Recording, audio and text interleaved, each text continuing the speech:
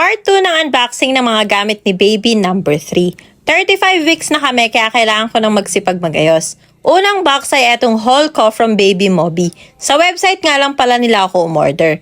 Etong cotton buds na talaga nila ang gamit namin mula pa kay Gio. Panlinis lang sa outer ear at pangkuha ng dumi sa ilong. Umorder din ako ng grooming set nila dahil gamit na gamit ko tong hairbrush at nail cutter nila. Plus 1 dito sa large cotton balls nila dahil subok ng hindi lumilit at naghihimulmol. Maganda at mas tipid din gamitin tong jumbo pads nila panghugas ng puwet ni baby. Kapag may baby kayo, isa sa pinakakailangan nyo ay nasal aspirator. Subok na din namin tong Nose Frida dahil madali at magandang gamitin.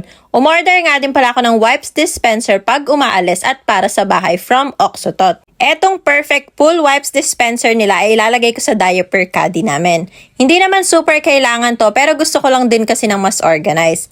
Etong dog from Jellycat ang gagawin kong suiting stuffed toy ni baby number 3 pagkalabas niya. Isa pang pinaka best bilhin kapag newborn ay etong swaddle. Sobrang gamit na gamit talaga namin ang Halo swaddle kay Just at talaga namang napakahimbing ng tulog niya. Never kaming napuyat sa kanya. Mas okay nakaswaddle ang babies para ma-prevent yung moro or startle reflex nila. Mas mahimbing din ang tulog nila. Yung zipper niya ay sa ibaba kaya madali for diaper change. At maganda din yung velcro na gamit nila. Medyo pricey to compare sa ibang brand pero sobrang sulit. From Oxotot nga din pala yung binili kong diaper caddy. May handle siya at makapal na plastic yung pinaka-material. Mas bet ko to kaysa sa mga diaper caddy na tela. May kasama na din siyang changing mat na foldable. May lagayan ng wipes dispenser at ng iba pang mga gamit. Pwede ding maglagay pa ng ibang gamit sa pinakaloob at meron din siyang drawer para sa iba pang mga gamit. Ito naman yung drawer na binili namin sa Baby Company. 4-layer drawer nga pala siya na Uratex ang brand. Pinakabit ko na nga kay daddy tong mga paa at pati na din tong mga cute na handles. 3,000 pesos nga pala ang bili namin dito sa may SM Department Store. Malaki na nga din pala yung kada drawer kaya marami na ding damit na may lalagay.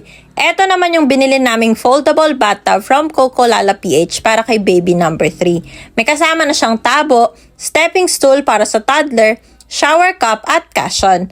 Newborn to toddler bathtub na nga pala to kaya masusulit talaga. Color blue nga itong pinili namin pero meron din namang color gray at color pink. Kapag newborn ay pwedeng naka-flat lang at ilalagay lang tong cushion para higaan ni baby.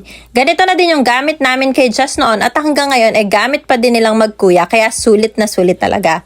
Or pwede din namang nakataas para hindi masyadong hirap ang magpapaligo.